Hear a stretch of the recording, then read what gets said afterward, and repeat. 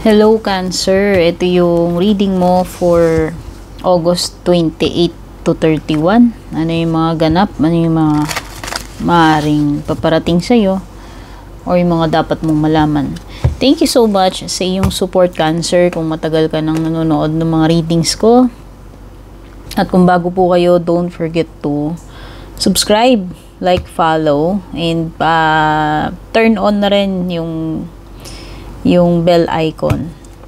At shout out and thank you sa mga nag-avail ng membership and subscription.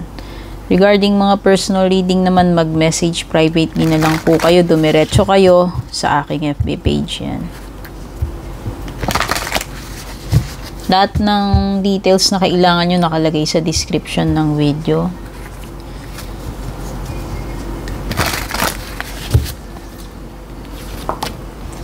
Yung unang card mo dito, you have purpose.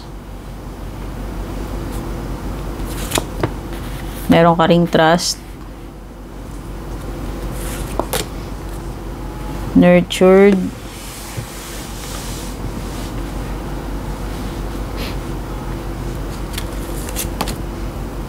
At saka artistry.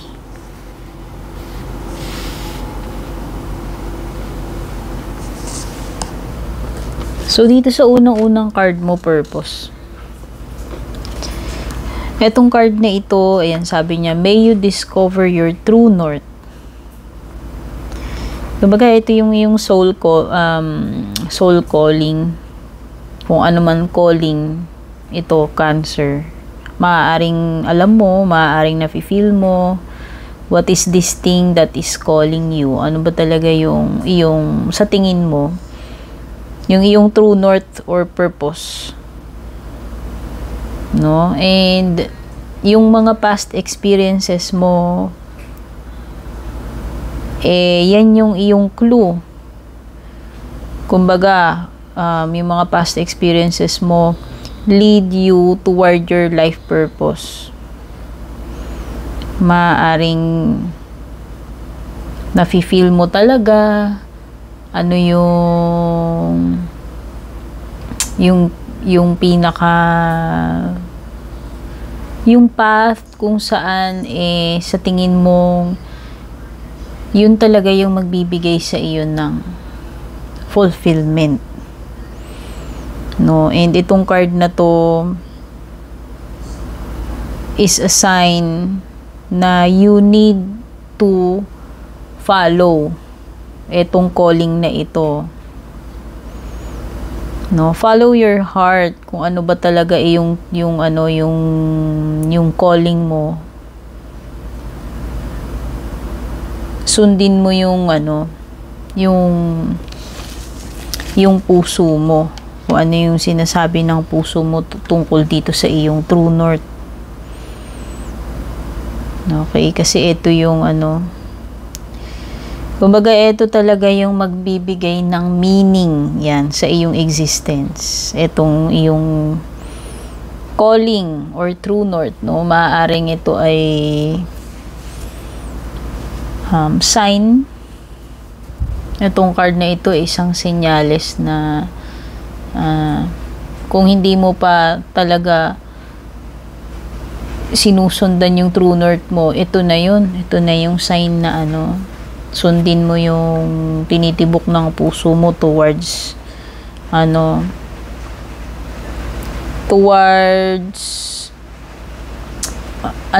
following itong iyong true north or calling. Ayan, no, meron ka ring trust dito. Sabi naman netong trust card mo is, may you take this leap of faith. Pag sinabi nating leap of faith,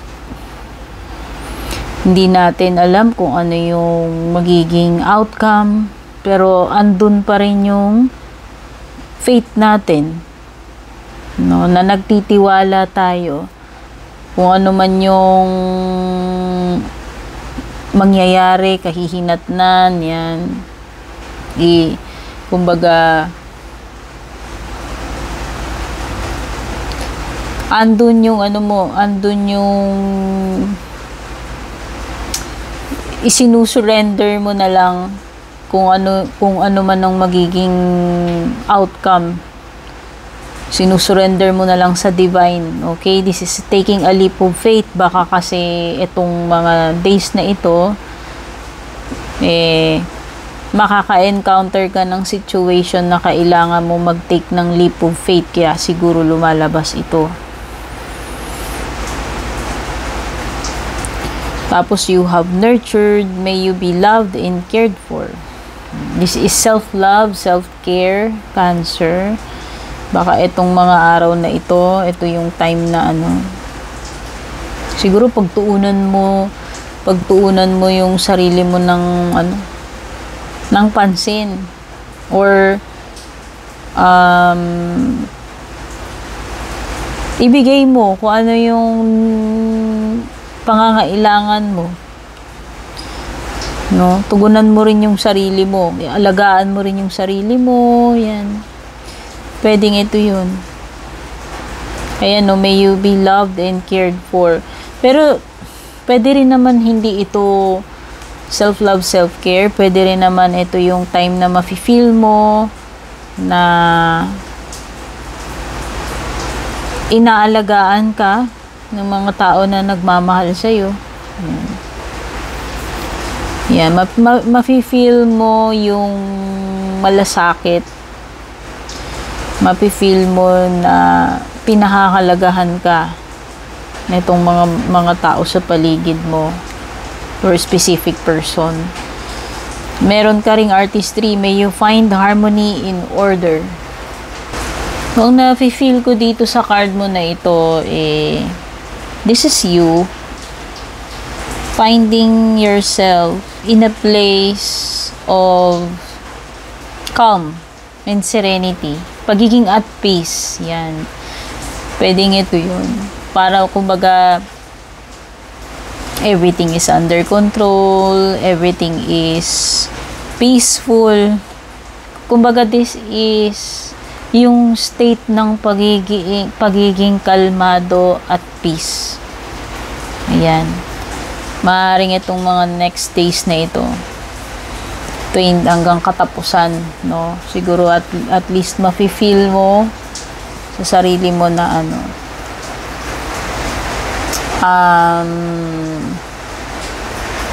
peaceful, yan. Peaceful, relaxed, yan. Kumbaga walang mga ikinatatakot, and in harmony, yan. Merong balance, merong harmony pagdating sa mga bagay-bagay, pwedeng sa relationships, pwedeng sa sa workplace, sa kabuhayan mo.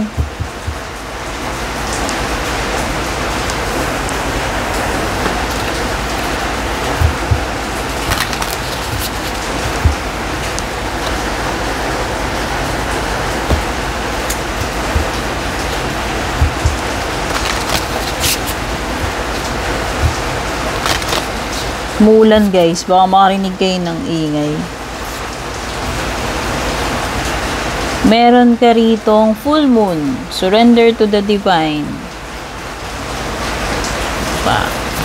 Meron ka ring cardinal moon, be bold and make the first move.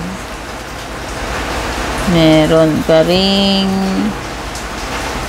Libra energy, yan. Pwedeng may Libra, full moon in Libra, win-win outcome is forecast. Wow, ang ganda naman. You and your loved ones are safe. Ayan. Kaya siguro may lumilitaw ditong trust.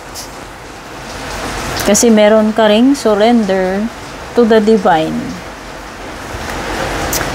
Ibig sabihin, isurrender mo lahat sa divine, sa itaas, Cancer, kung ano man yung mga next na etong mga susunod na araw na ito, no? Gaya nga nung lagi ko sinasabi sa mga readings ko, meron tayong mga part na kailangan nating gawin, pero may mga times na hindi lahat ng bagay saklaw saklaw ng mga ano, kakayahan natin. May mga times na hindi natin kontrolado ano yung mga magiging outcome, kagaya nito. So, yun yung mga time na isusurrender mo sa divine, yung mga bagay-bagay. Lalo na kung alam mo naman na ginagawa mo yung part mo, pero alam mo yun, hindi mo nga siya ano eh, hindi mo kontrolado kung ano yung magiging, ito yun. Ito yung mga bagay na yun na dapat mong isurrender. So, have faith, trust, and surrender to the divine yung mga bagay na hindi na saklaw ng iyong kakayahan. Meron ka rin ditong be bold and make the first move. This also relates to this card, no? Kasi nga yung taking a leap of faith. No? So, may mga times talaga sa buhay natin, Cancer, and maybe ito na yung mga times na yon, itong mga susunod na araw na ano, kailangan ikaw mag-initiate, kailangan lakasan mo yung loob mo, kailangan mong sumubok, magpapagsapalaran. Yan yung mga madalas kong binabanggit sa mga readings ko, yung ano, living out of your comfort zone or taking a leap of faith. Minsan naasa tayo sa miracles, no, na as long as naniniwala ka, may faith ka, iba yun eh. Kumbaga, may mga bagay na talagang itataya natin kung anong meron tayo, di ba?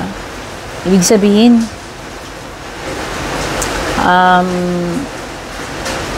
hindi mo alam ano yung mga next na mangyayari, pero gagawin mo pa rin yung dapat mong gawin. Kumbaga ayun, magbabaka sakali ka pa rin. Lalakasan mo yung loob mo na sumubok kesa hindi mo tinry, yung mga ganyan. So, itong mga next na days hanggang katapusan, pwedeng may situation na ganyan para sa iyo. Tapos meron kang win-win, ang ganda. So, mukhang magpe-pay off naman itong pagsusurrender mo sa divine, itong ano mo, faith mo, kasi ayan, no, kung ano man at ano man yung magiging outcome, it's a win-win outcome for you, Cancer. Ibig sabihin, positive yung naghihintay na resulta para sa iyo, okay? So, pwedeng may Libra person involved dito. So, asahan mo na maaaring papabor sa iyo yung ano, yung situation, yung magiging outcome, no? Kumbaga nasa forecast na yan na ano, probably 90%, 85% na good yung magiging outcome or successful yung magiging outcome.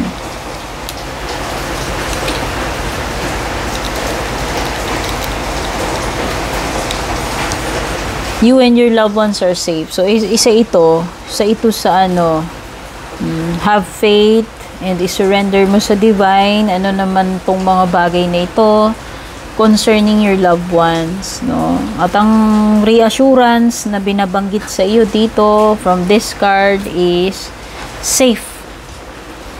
Magiging safe kayo ng iyong mga mahal sa buhay, Cancer. So, huwag ka nang mangamba.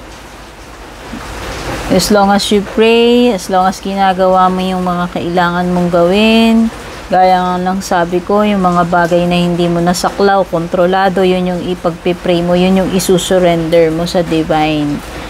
No? And one of those is binabanggit nga yung tungkol sa safety ninyo at ng mga loved ones mo. So, maaaring ito yung mga family members mo, maaari kasing nagwo-worry ka about ganito, ganyan. No? Pwedeng may yung iba sa inyo nagwo-worry about ano yung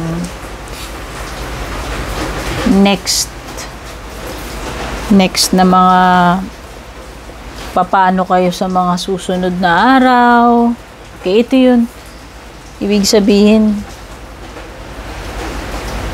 you and your loved ones are safe, na wala ka namang dapat ikatakot, no? Kasi nga merong magandang outcome na naghihintay dito eh. So feeling ko naman yung mga cards mo parang nagre-relate naman. Kumbaga nagtutugma, nagja-jive yung mga ano lumilitaw dito sa cards mo. Tingnan pa natin ano yung iba pang pwedeng paparating sa iyo, Cancer.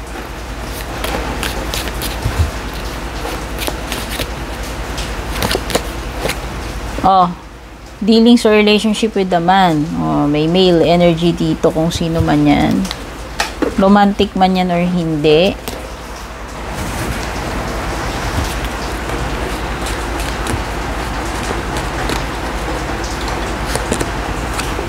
Meron ka ring pig. Beware of greed. Ay, nako. Greed. Whether ikaw to or may nakakadil ka na person na yan, pwedeng ang magiging problema or issue is may kinalaman sa sobrang paghahangad. Sobrang paghahangad, person na hindi makontento, person na sabihin na natin may pagka-swapang. Okay?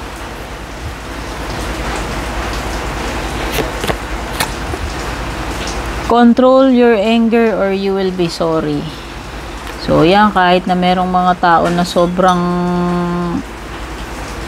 nakakapagpa-irita sa'yo, nagpapagalit sa'yo, siguro mas okay na iwasan mo na lang na yung magpadala doon sa galit mo, emotions mo, para hindi ka magkaroon ng problema later on. Kasi ikaw din naman daw yung maaaring mamroblema or maging sorry in the end pagka nagpadala ka sa specific sa galit. At merong doble karang person. Yan. Kaibigan yung sinasabi dito, pero pwede rin namang hindi kaibigan yan. Kung sino man yung person na yan na iba yung pinapakita niya sa'yo. Pagkaharap mo siya, iba rin pag nakatalikod ka. Tignan na natin yung love life mo. Lumalakas yung ulan, guys. Kaya baka maingayan kayo sa background.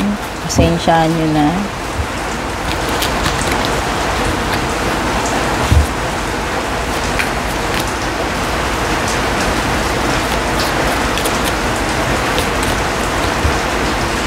Time. Divine Feminine. Labas yung Divine Feminine sa collective. Ayan. Meron something na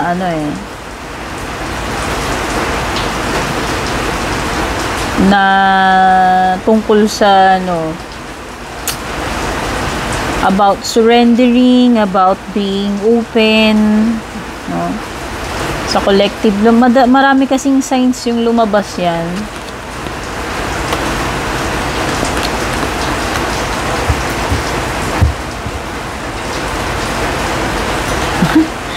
Okay.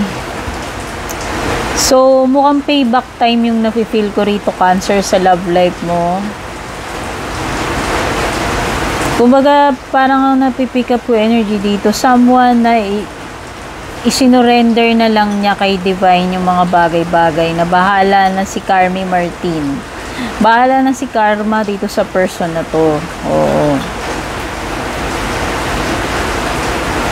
Kumbaga, kung ikaw yan pwedeng ikaw yan o siya, bahala na kayong mag-relate, no?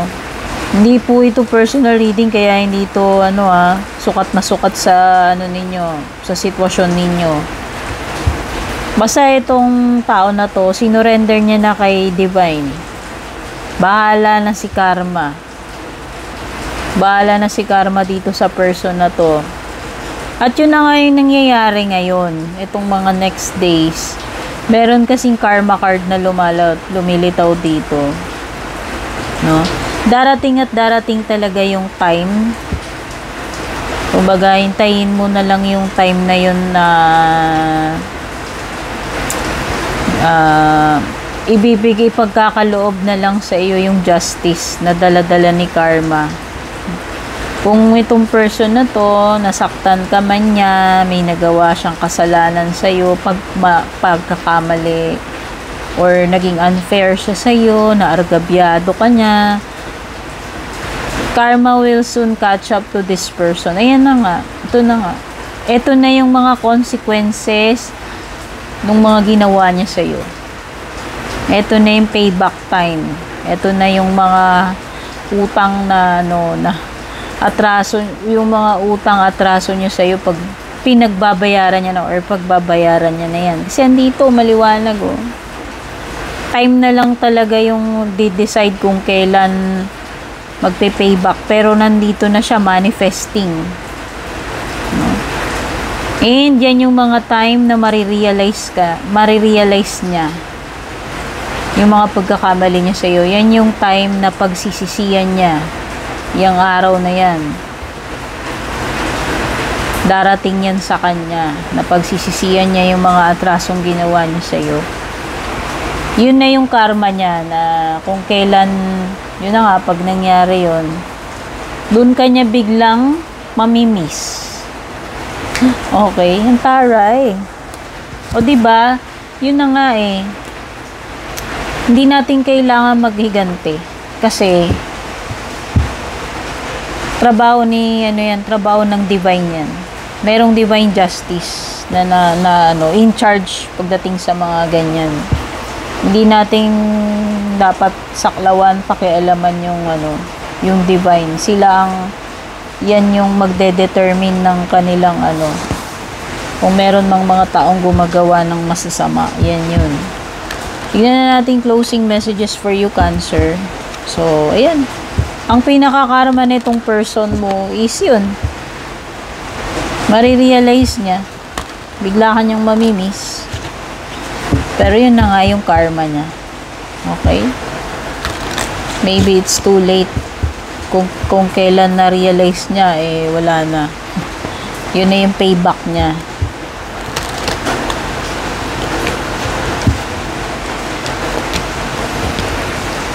Meditation brings answers. Pag-isipan mong mabuti, Cancer, yung mga bagay-bagay, no? It's important na maglaan ka ng time na pagmuni-munihan, mga bagay-bagay. Ano naman yung mga dapat mong isaalang-alang, pag-isipan ng mabuti, bago mo gagawin, bago mo i-go. Listen to your intuition. Importante rin ito. This moment or sa mga susunod na araw na pakiramdaman mong mabuti yung iyong intuition. Mag-rely ka dito sa iyong intuition. Kung ano man yung mga feel mo. Get more information. Ayan. Siguro importante na magtanong-tanong ka rin. Mangingi ka ng idea sa iba. Maaari kasing yung information na alam mo sa ngayon maaaring hindi sapat. Kumbaga ikaw talagang kumbaga lumitaw tong card na to. Ikaw talaga yung yung gagawa ng way. Yan. Ikaw talaga yung magre-research. Yan. Remain positive. Ayan. Importante talaga yung having faith. Importante talaga ito. Yan, no? Trust. Trust. Listen to your intuition. Ask for guidance. Or ask for yung opinion ng ibang tao or information sa ibang tao, mag-research ka. And mag-ano ka lang, always think positive kasi yun yung nakikita ko dito na magkakaroon nga ng maganda positive outcome or successful outcome. Okay, so tiwala lang. Have faith lang. Yan yung importante. Ayan. So, sana makatulong sa itong reading na to sa iyo, Cancer. At kung nagustuhan mo naman, don't forget to leave a comment or like. Take care, babush!